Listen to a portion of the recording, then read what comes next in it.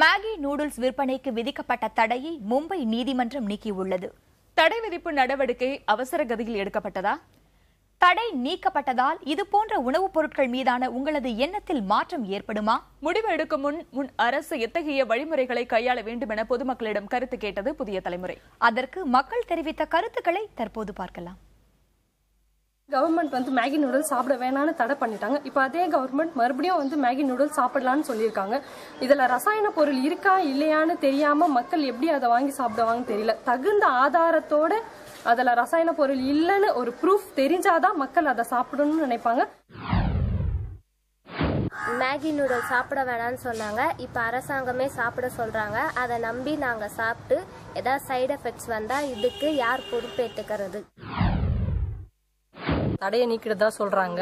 இந்த தடையை நீக்கிறது மக்களுக்காக செய்யல, யாரோ ஒரு சிலர் ஆதாயத்துக்காக மட்டுமே செஞ்சிருக்காங்க.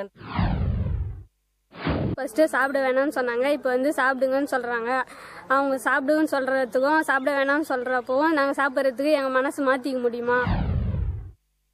மேகி நூடுல்ஸ் மேலே உள்ள பயத்தை மறுபடியும் போக்குனாதான் மக்கள் மறுபடியும் மேகி நூடுல்ஸ் சாப்பிடுவாங்க. அதுக்கு அரசாங்கம் என்ன நடவடிக்கை எடுக்கணுமோ தகுந்த நடவடிக்கை எடுத்தால் தான் மறுபடியும் மக்கள் மேகி நூடுல்ஸ் சாப்பிடுவாங்க. அரசாங்கம் சாப்பிட வேணாம் சொல்லிட்டாங்க, அதே அரசாங்கம் இப்ப சாப்பிடலாம்னு சொல்றாங்க. அதுல இருந்த ரசாயன பொருள் நீக்கிட்டேன்னு சொல்றாங்க. இது மக்கள் எப்படி ஏத்துப்பாங்க?